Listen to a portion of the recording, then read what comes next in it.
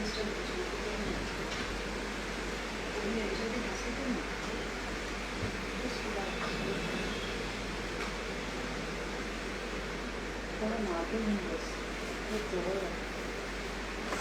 back and relax and talk.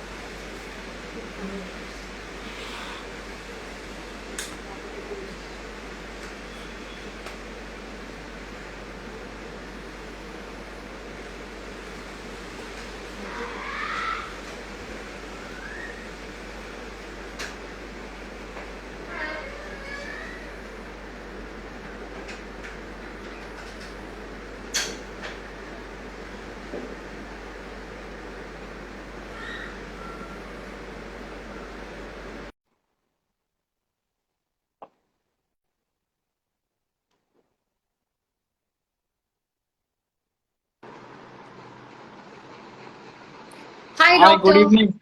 Hi, Good evening. How are you doing? I'm fine. How are you doing? I'm good. I hope I'm audible to you. Absolutely. Yeah? Okay, great. So we'll wait a little for people to join in and then we can start with the session. Sure. So we do have a lot of people joining in. Thank you so much, everybody, for joining in. Welcome to Charak Adya, an initiative of Charak Pharma to improve women's health and wellness. And please, please, please welcome Dr. Amaya Purandare, who is a renowned gynecologist with an experience of over 20 years in this field. He's been clinically attached with several hospitals in Mumbai and has been awarded with n number of prizes and medals. And also, you are fourth generation gynecologist. Wow! Not only that, he's multi-talented. He's pretty passionate about photography and cricket. So thank you so much, doctor, for being so strongly committed to improving standards of women in our country. So thank you so much for that. Thank you so much, Anjali, for those kind words. And I think as a doctor and especially a gynecologist, it's a duty to correct all the myths that go around menstruation and periods.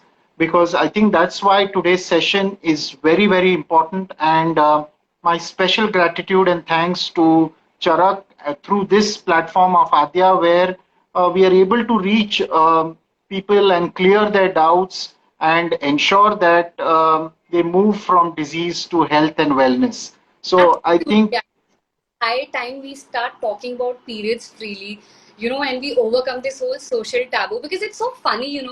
We women come up with excuses like, oh, I'm not feeling well, or I have a headache, but we do not utter the P word. Or some say, oh, it's a girl's problem. But that is the whole point. ये कोई problem नहीं है, ये एक बहुत ही natural process है जिसके बारे में सबको जानना चाहिए. So I'm so glad we are doing this. yeah. And I thank you also because you're so forthright about the the topic and the approach, etc. Because I think it's something that we need to remove the barriers, break the ice, and be open and frank about this topic. The more we are frank about it, the more we are transparent about it, I think we'll be able to take this in our stride and remove it uh, from any kind of taboo or myth that exists in society. So thank you The so more much for the more the women talk about it freely, I think the more this whole yeah. taboo will be able to overcome. Because we still are not really able to talk to our male members in the family about this freely. So it's high time we start talking about it. So, Doctor, before we even get to the concerns or the problems or the solutions, please tell us ki exactly periods kya hai and what is the basic biology behind periods. So first of all, let me make a very important statement. Periods are a part of normal life. Okay, Absolutely. every woman will have periods during her reproductive life. Okay, uh, it begins because of a hormonal interplay. The hormones which are acting are starting from your brain, then going to your ovary. The ovary is producing the female hormones which act on the uterus.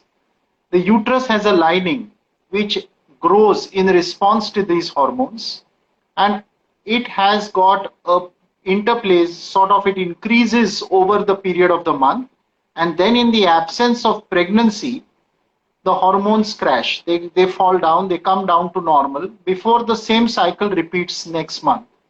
When these hormones are withdrawn or crash, this lining which has grown in the uterus is shed, and it is shed in the form of blood, and that is periods. So it's something which is very natural. Now, why does this lining require to be grown? It requires because I said that it's a part of the reproductive potential or the reproductive phase of a woman's life. So the uterus ensures that its lining is made ready in if ovulation occurs and if there is a relation between the two partners and the sperm and the egg unites, then this grown lining will ensure proper implantation of the small baby, and then this baby will grow for 9 months. So that's why in all your serials and movies, okay, you find that the woman misses a period, and then the first thing that they do is they feel the pulse and they say, oh, she might be pregnant. Okay, so it's not the pulse that indicates, but it's the absent period that probably indicates that pregnancy may be the khush khabri. Okay, you see the doctor come and say that, isn't it? But going back to the normal thing is that this occurs month after month. Okay, and it occurs because of this unique system, this hormonal interplay or interaction that all women have, starting from the brain up to the uterus. So it's a normal thing. It's not something abnormal. Yeah. And what is the right age for girls to get periods? Yeah, so there has been a change over a period of years or centuries. Initially, it used to be around 13 to 14 years, but we are seeing it that it's occurring much earlier. Right, The reasons probably could be environmental, could be diet oriented, could be educational. Okay, because I told you everything begins in the brain. So if somebody's brain is working more, probably these pulsations or these release of the hormones may begin earlier. So we are seeing a slightly earlier age now. Worldwide, this is there. It's not just unique to India or to US or to UK or Australia. It's worldwide. We are seeing a gradual onset which is earlier. And this continues throughout the woman's life, except in the presence of pregnancy and lactation, that is when the woman is breastfeeding, when the periods stop naturally, till menopause, when they finally disappear. Right. So it occurs throughout the life of the woman. It begins in childhood and it continues way into married life and then into elderly life as well. Okay. So before I ask you to suggest me to maintain healthy periods, I think it's important to know how can a girl know whether she's having healthy periods or not? Yeah, very good question. So before that, usually the periods occur every month.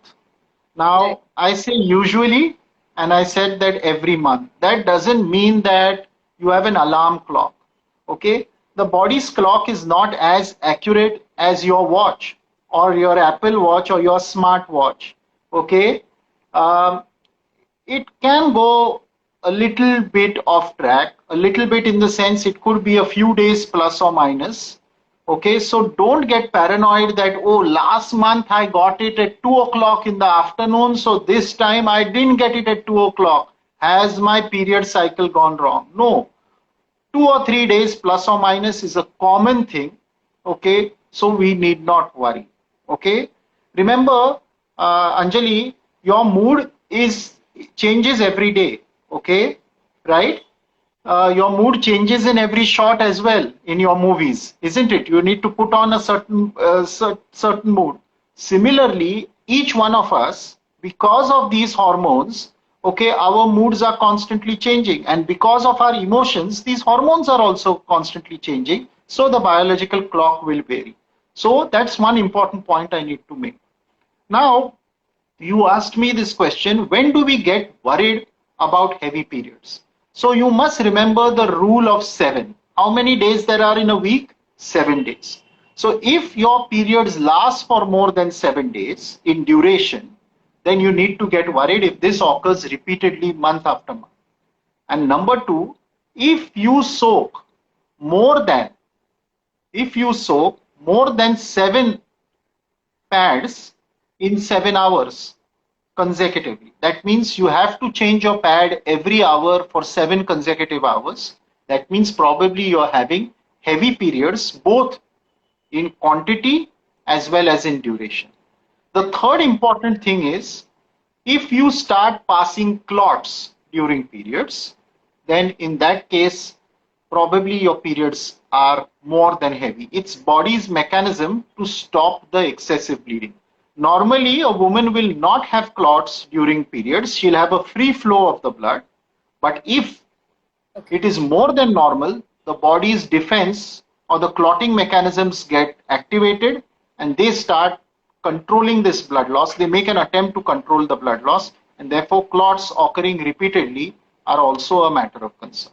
So every woman should keep in mind, more than 7 weeks, more than 7 hours, a pad more than an hour repeatedly, consecutively are things of concern. Okay. I've also heard a lot of people, this question was also asked by a lot of people in my field, that they get periods twice in a month. Should it be a matter of concern? Yeah, good question. So I told you that usually period should be occurring every monthly, okay? Right. Because this hormonal cycle, if it is working normally, will last for about a month. But sometimes the periods occur more frequently. That means it may be even 20 days. If this occurs regularly, we are not worried. But if in a woman who was having monthly periods, if they start occurring more frequently, then we need to look at why they are occurring more frequently. Now let me talk about a little bit of scientific jargon. So heavy periods are called as menorrhagia, okay? Frequent periods, heavy periods are called as menorrhagia. Frequent periods are called as polymenorrhea, okay, more often, okay. Scanty periods are called as oligomenorrhea or rather hypomenorrhea, and delayed periods or prolonged periods are called as oligomenorrhea, and absent periods are called as amenorrhea. Okay, so poly, hypo, Oh, okay, oligo, and okay, hypo, hypo. okay, and amenorrhea. So you become a doctor already, Anjali. Okay. Okay. And what should one do to maintain these healthy periods? Because I think it's very important to, maintain healthy periods. So what would you? So we'll tackle this at 2 points. One is menstrual hygiene. I'll talk about that a little later. But before that, I'll talk about what you need to do in your lifestyle to ensure that your periods are not affected. Now, one of the key events that leads to period occurring on time is ovulation. This ovulation usually occurs on the 14th day of your cycle, plus or minus a day. And 14 days from this, usually the period occurs. So therefore, 14 days for ovulation and 14 days after ovulation. Therefore, the time period is 28 to 30 days. Okay. Now, for ovulation to occur, which is dependent on your hormones, the hormones cause the growth of the egg and then finally the release of the egg. You need to ensure that your brain, body, mind are all working properly. So you need to be having a positive attitude, because depression, anxiety can alter these neurotransmitters. If you put on excessive weight or you lose excessive weight, both can affect periods. And therefore, you need to be having a proper, well-balanced diet. Don't go on a crash diet, okay? Or don't eat too much and become obese. Both of them will affect your periods. Number 3 is that eat good food, eat healthy food, exercise well, okay? And last but not the least, if you have got any kind of hormonal issues like thyroid issues, like PCOD, etc., then seek your doctor's advice, because they have a direct implication on periods. Right. I have been asked this question. Is it possible to have PCOS even if you have normal pain-free periods? Usually not, okay, very rarely.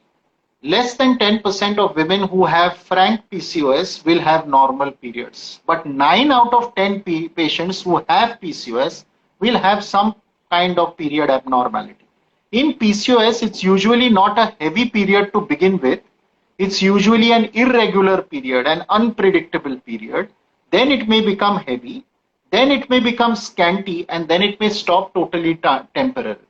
So you see a wide range of problems or variations in PCOS. Okay.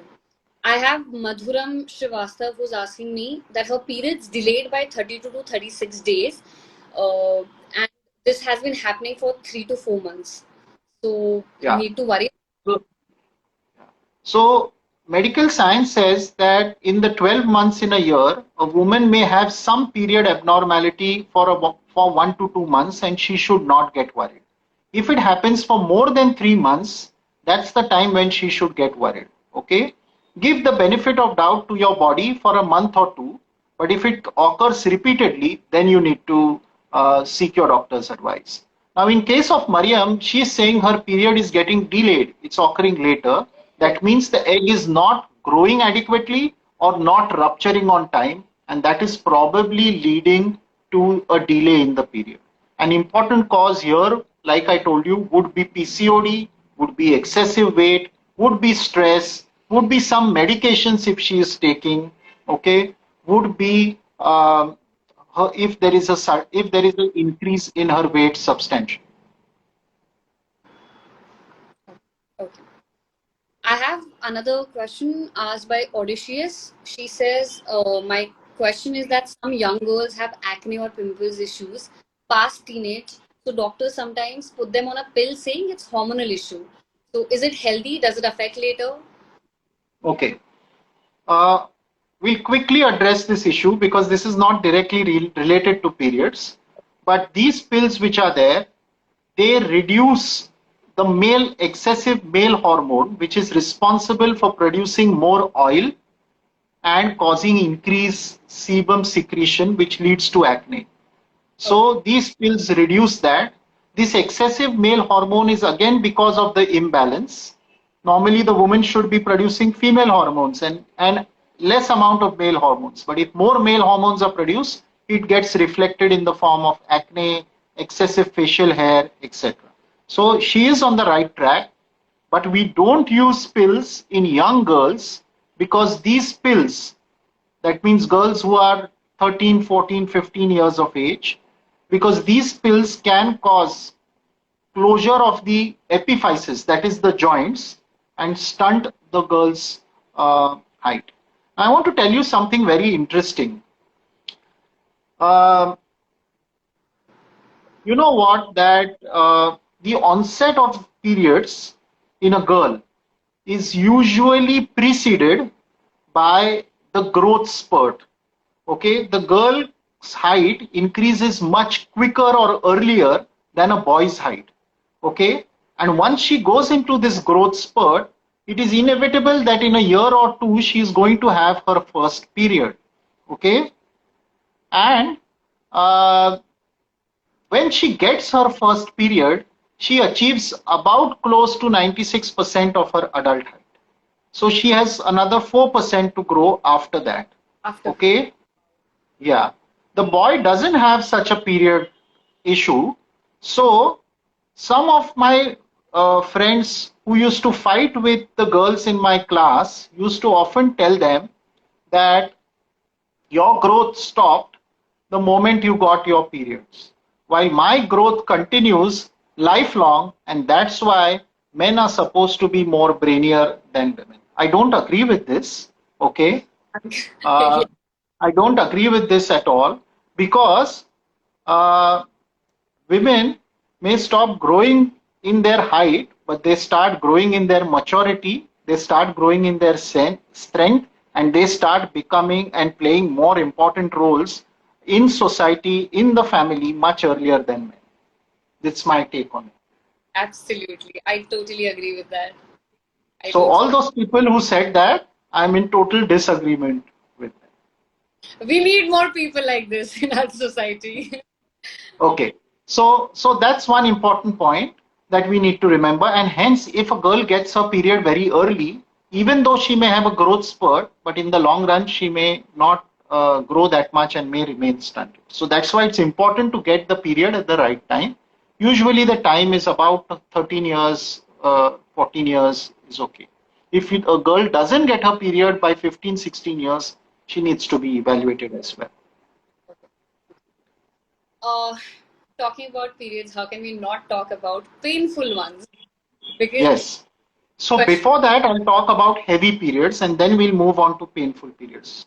So heavy periods are mainly because of what is called as an increase in shedding of the endometrium, that is the lining of the uterus.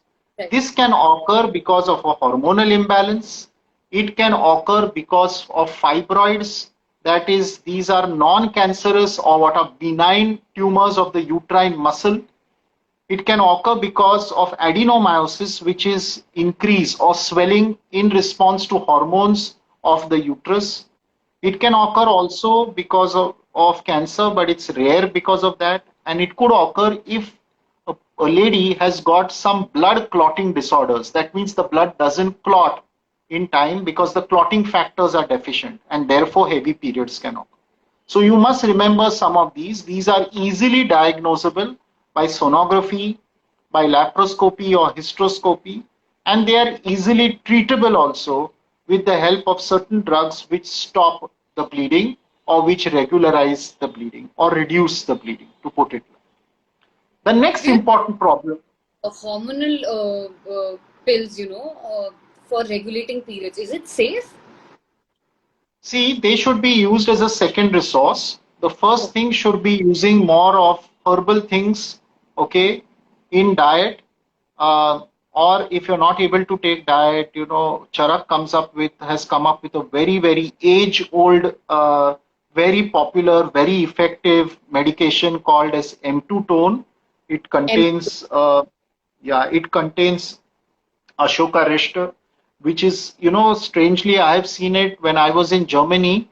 Some German families were using this and they were very proud that, an Indian doctor knew about it, etc. And it was very, very useful. So even they knew about it and they preferred it because it was more natural. So this M2 Tone syrup that they have is extremely good. It can be used in younger girls also, and it helps in regulating this hormonal imbalance and ensuring that blood loss is appropriate and not excessive blood loss occurs.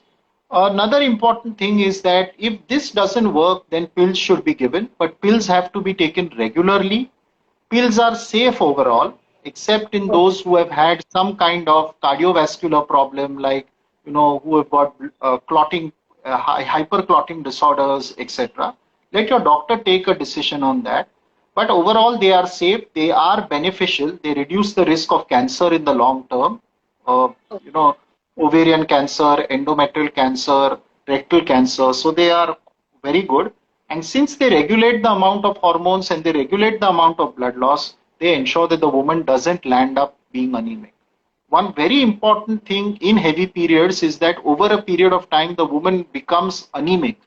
And then because of the anemia, there are various other problems. Infections become more, easy tiredness occurs, productivity decreases, even mental issues start creeping in. And most importantly, Anjali, as you embark on pregnancy, if you have a low hemoglobin balance, okay, pregnancy is going to be a challenge because the baby is going to require the mother's body's nutrition, which is transported across the placenta via blood. The blood has the hemoglobin. If the hemoglobin is less oxygen will go to the baby will not grow adequately. And not just that, once the natural delivery occurs, there is some blood loss, the woman may not able to tolerate. Therefore, it is very important for any woman to ensure that in her adolescent years, that is in her teenage years, in her younger years, adequate amount of hemoglobin stores are built. Okay, you could build them by diet, you could build them by nutraceutical medications as well. Manol Nutra is a very good product by Charak, which has the purest amount of dietary iron, etc., should be used as well. Very safe, very effective as well. So it has long-lasting implications. One was regarding conception. The second is about pregnancy. Now we'll go on to the important issue of painful periods. I Yeah. think just as a girl starts bleeding, there are two important things she becomes scared of. One is the blood. So she feels with periods she's going to turn weak. And the second is the pain. And she's Right. worried that every month this is going to happen. It's going to be a dreaded few days. I think they should take this out. The moment you positively counsel your young girl that this is a normal thing, it is a part of you growing up, and it will occur, and it is not something ghastly, it's not something as a disease, it's not something as if you've got some infection or something like that, she'll be able to take it. So it is the responsibility of the parents to counsel the girl adequately, to counsel her properly. Now, painful periods, some amount of pain will occur in the periods. Why? Because the uterus has its own muscle. The muscle cramps to throw out this lining. So there will be some amount of pain. Right. But excessive pain, which is called as now, the last term in our homework today is dysmenorrhea. Okay? So it's something which is, yeah, dysmenorrhea. It's something which causes displeasure. So dysmenorrhea, that's the simple way to remember it. Yeah. It's of two types. One is what is called as spasmodic, and the second is what is called as congestive. Spasmodic occurs because the uterus cramps, and congestive occurs because the uterus has enlarged in size, and so therefore it becomes heavy and congested and causes pain. It releases painful inflammatory mediators which cause the pain. Simple ways to treat it: you can use hot water baths, you can do yoga, okay, you can do meditation, you can use remain hydrated, okay, Yeah. be active during periods. There's a myth that you need to be This I absolutely, yeah, because the more active you are, the more you will deviate your mind from the pain, and you'll be able to take this in your stride.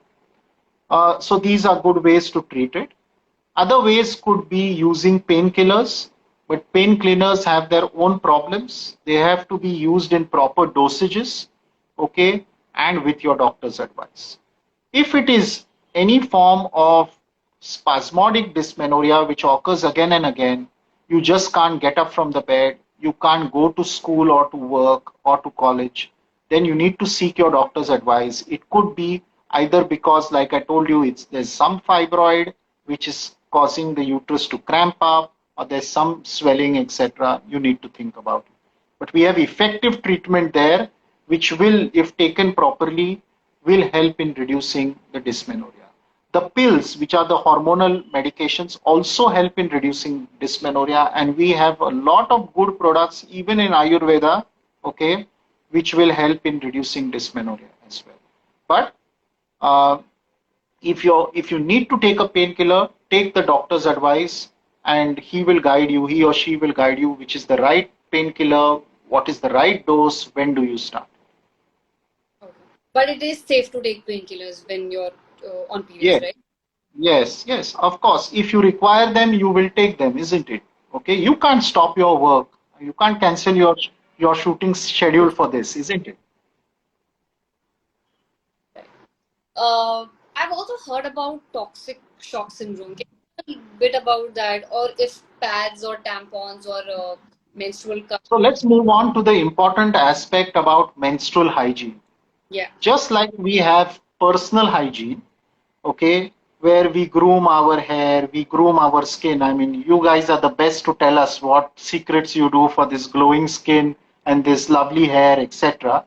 Similarly, we have what is called as intimal hygiene. It's Absolutely. the hygiene of your private parts. And important in women is menstrual hygiene. It's very important that a girl be taught or a lady be taught how she can maintain the hygiene of her private parts. So, at all times, the private parts should be properly cleaned. The female genital organs are close to the urinary tract as well as the anorectal tract, and therefore contamination and infection is greater. And therefore, greater hygiene is required it should be emphasized right from the younger age. Right. As far as periods are concerned, the key thing is to use hygienic pads. They could be in the form of sanitary pads, they could be in the form of cloth or napkin which is cleaned. Some cotton pads are also, cotton napkins are also available. In the past, they used tampons. Right. Now, tampons are good, but if they have to be hygienic, clean, and they have to be removed at regular intervals, you just can't keep them and allow them to get soaked, because collection of blood invites infection, and that's what caused toxic shock syndrome. Okay, so it was in those women who left the tampons just inside in their body and didn't remove them for long periods of time, and that led to infection. So you should never do that. Okay, now we have something new which is called as the menstrual cup. It's a good device. Okay, it can be cleaned very easily, it can be replaced very easily, uh, but you have to use it properly. Take guidance from your doctor as to how to use them, how to put it properly, and see, you will have different sizes of them depending upon the length and dimensions of the vagina, and use the size which fits you best.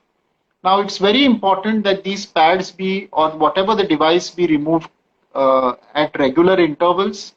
If you're using one which is washable, it should be properly washed and used. Okay. Right. And if you find that there is any kind of heavy bleeding or foul smelling discharge, immediately you must seek your doctor's advice. Okay. Okay. So I have the question. I have this question from Vaishnavi. She asked, "Can we consume tea or coffee during periods?" Because I've read somewhere that tea or coffee you cannot consume it during periods. So Okay. As I told you, that periods is a normal event in a woman's life. Okay. Tea and coffee are also normal events in our day-to-day life. So I don't think there's any relation between the two.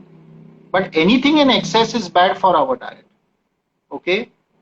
of course. So there's nothing, they're not related at all. Okay. Okay. Okay. But overdoing things can lead to a problem. You know that tea and coffee can lead to gastritis and unpleasantness and things like that. In periods, obviously, with the flow occurring and a little bit of pain, there is going to be a little bit of unpleasantness. It could add up together. So avoid anything which is excess. Tea and coffee don't alter periods or affect periods at all. Okay. So guys, no, tea or coffee has nothing to do with periods. You can consume it. Saxena Shikha is asking, is there any medicine for fibroids outside uterus? Yeah, so fibroids can be tackled both medically and surgically. But remember, 60% of fibroids are asymptomatic. They just are there. If you take 100 women, about 60% of them will have some small fibroid somewhere or the other. We don't touch those, we don't treat those because they are not causing any problems. If they cause problems like bleeding, or they prevent a pregnancy from occurring, okay, or if they cause pain, then we treat them. Smaller ones can be treated with medicines, and larger ones, or those which are obstructing or compressing or causing pressure, will require surgical removal. So there are certain medicines, but they are not to be decided by you and me. They need to be decided by your treating doctor. Once you go to the doctor will see you, assess you, ask for a sonography, check where the fibroid is, how big it is, whether it is causing problems, and then give you the correct approach, whether you just need to leave it alone, or whether you need to take some medical therapy, or whether it requires surgical therapy. Okay. I have Avni Shastri who's asking that she's got cyst in her uterus. So what should be the solution for that? So I think Avni is a little confused. Okay. Usually there is no cyst in the uterus. It might be a cyst in the ovary. Okay. Right. Again, we need to find out what type of cyst it is. Usually young ladies will have simple cysts, which are just collection of fluid or watery fluid. You could have hemorrhagic cyst, which is collection of blood. Usually these resolve on their own, but there is a third type of cyst which is called as endometriotic cyst, okay, where this lining in the uterus may also grow in the ovary and cause this bleeding in the ovary, which can lead to pain, which can lead to blood collecting around the uterus outside, which can cause fibrosis, it can affect infertility, cause a lot of pelvic pain. So those are the ones that we need to evaluate. They are evaluated by sonography, some blood tests, laparoscopy at times, and can be treated by painkillers, special medications. Uh, you need to exactly know what is the problem that this cyst is causing. Is it causing infertility? Is it causing pain? Is it causing heavy periods? And then tailor-made the treatment depending upon that. The fourth type of cyst is probably a cancerous cyst. It's very rare. It's usually in patients who are elderly, okay, or postmenopausal in whom the periods have stopped.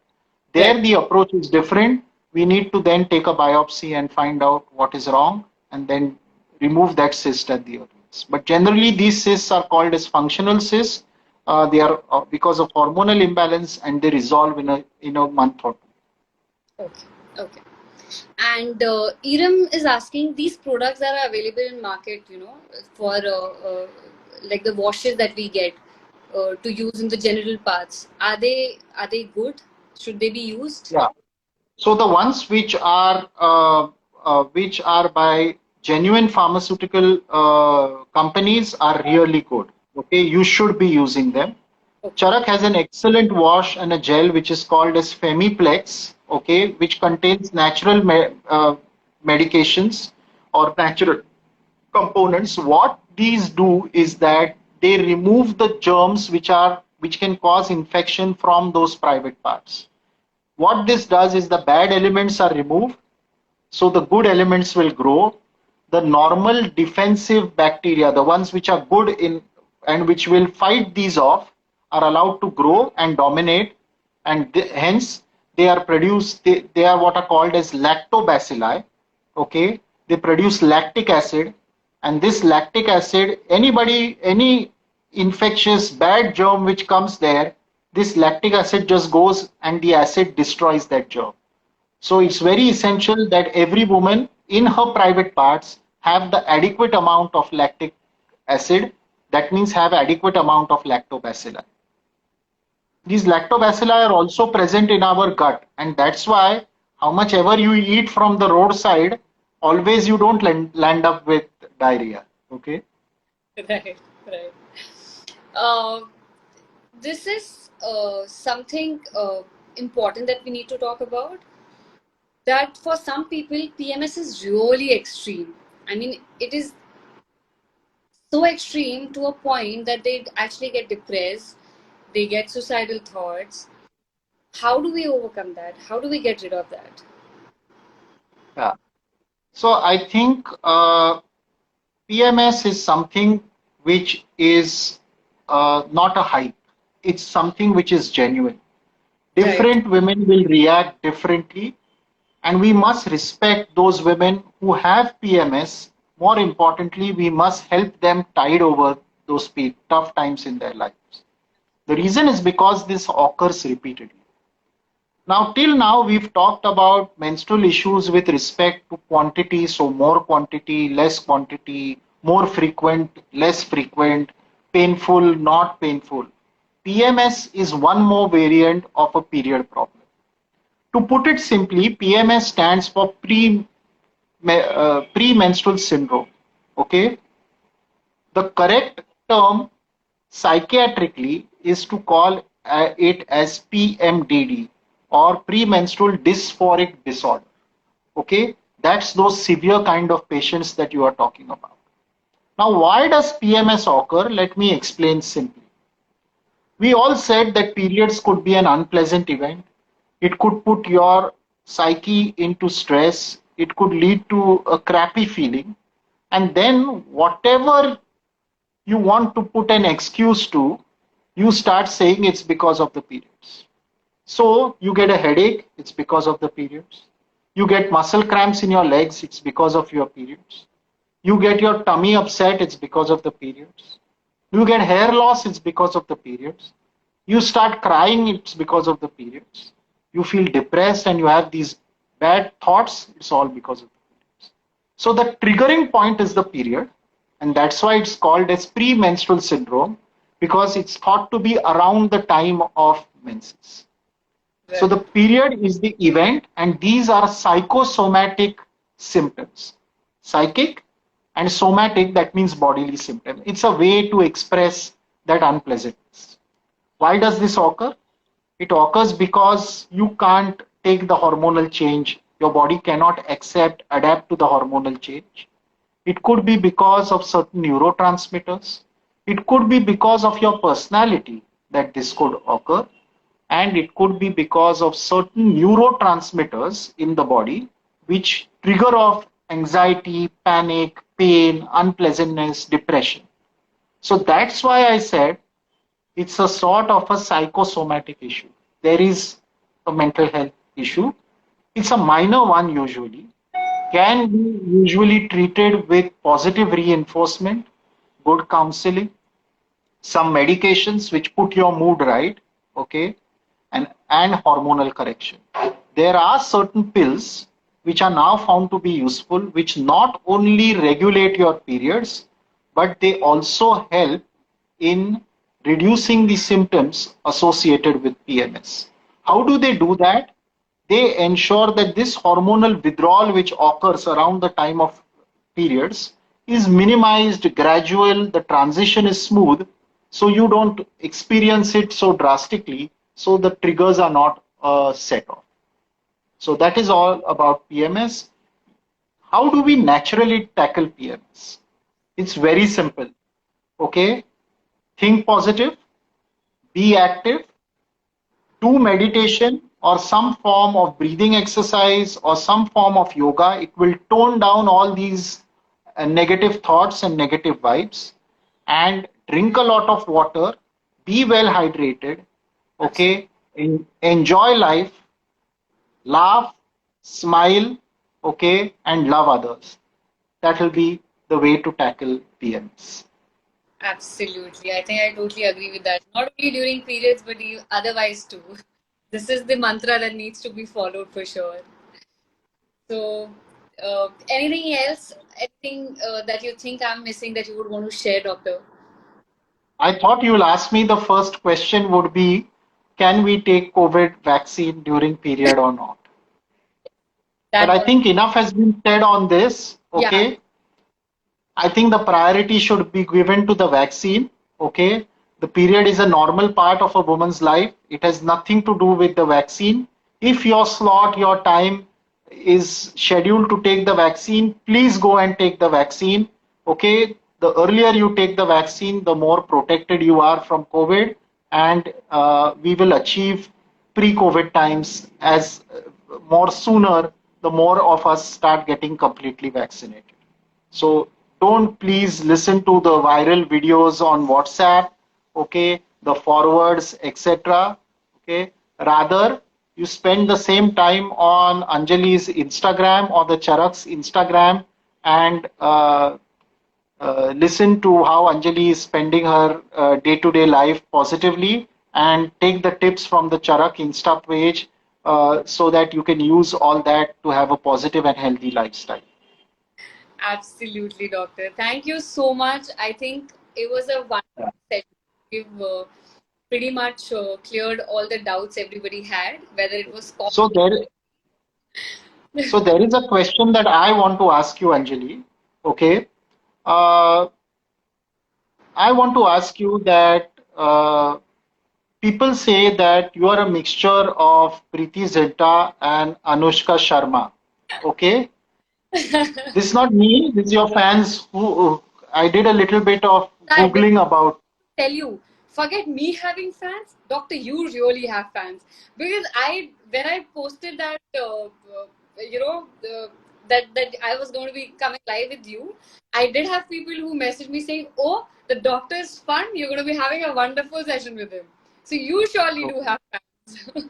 Okay. So my question to you is, okay, I've been very, very upfront and answered all your questions. So now don't run away from the questions. Most of these Bollywood people, they just run away from the question. So your fans have said that they see a striking similarity between Preeti Zinta and Anushka Sharma in you. Okay, so I want to ask you, what are the best of both these that you like? What do you like in Preeti Zinta and what do you like in Anushka Sharma? Okay, wow. I think I get the dimples from Preeti Zinta. So probably that is why they compare me with her, or they think we look alike. Anushka Sharma, I think the way we talk. Okay, it's the way you talk, right? So you Yes. got both. You got both. The But I'd still like the to be as Anjali and not be compared with other actors. Okay. And if there was one role that you wanted to act in or you wanted to do in your life, a woman-centric role, okay, because I'm a gynecologist and I deal with women health issues, etc. So what would that be? Where you think you will lead to a very positive message to the women community? I think so far, all the roles that I've done have been pretty progressive. Whether it's getting about my dad married, uh, you know, after losing my mother. So all those roles have been very progressive. In fact, I choose shows that are progressive. Like even after doing TV, uh, just saying yes to any project is a big no for me. So I do make sure that the project is progressive and leaves with a message. So that is always there in the head. So there's nothing particular that I want to do, but I'll always make sure that whatever role I do leaves some sort of message and something that I would relate to, something that would be acceptable. I don't want to do just something which makes no sense at all. So that I have been doing. No particular role in mind as such, but then of course I do choose projects which leave a certain positive impact on people. So let's So what I think Yeah, so I think you really define the modern actor of today, the female actor of today. Okay, from just not being someone on the screen, you have to be very smart, you have to be very sensible, okay, and you have to be very strong. So I I, think this is what India's uh, Nari for the future will be. Okay, I think this and all start taking into consideration because I think it would have been so easy if we were in this field just for the monetary purpose. I think it's high time we start taking the concept and the content in mind rather than just making money out of it. So things would have been pretty easy for me if I was the other way around. So yeah. So it's nice to note that. And as I end, I'd like to tell everybody who's all your fans, okay, because they constantly see you, hear you, follow you on all your social media pages. But I'd like to leave just one important message that remember, just as you are blessed to be a woman, you will have the divine role of motherhood that no man can ever experience. Menses are are a part and parcel of you being a mother or being a lady. Okay, please note that it's a natural physiological event. You are a human being, you are not a machine, so therefore things will go wrong a little bit here and there. It's through your positive attitude, your willpower, your right living, right eating, and right medical advice that these things, when they go into imbalance, can be balanced properly and we can move from illness to health and finally to wellness. So don't be scared of periods, accept them and just march ahead. You have much more to gain. Absolutely, doctor. Thank you so much. Thank you so much for doing this session with us. And I'm so glad that we're able to talk about it freely now. I hope everybody does that. Everybody talks freely and takes all of this into consideration and start treating themselves like they treat their skin. So they start treating their hygiene like that. So thank you so much, and please do not forget to join Dr. Manisha tomorrow, who's doing a session on Ayurveda and menstrual health. So please make sure that you join in tomorrow. And thank you so much, doctor. It was lovely Thank talking. you. Thank you so much. Thank you. Hope to see you in many more roles and many more memorable and strong and women centric roles. Thank Absolutely. you. Absolutely. Thank you so much. Bye. Bye.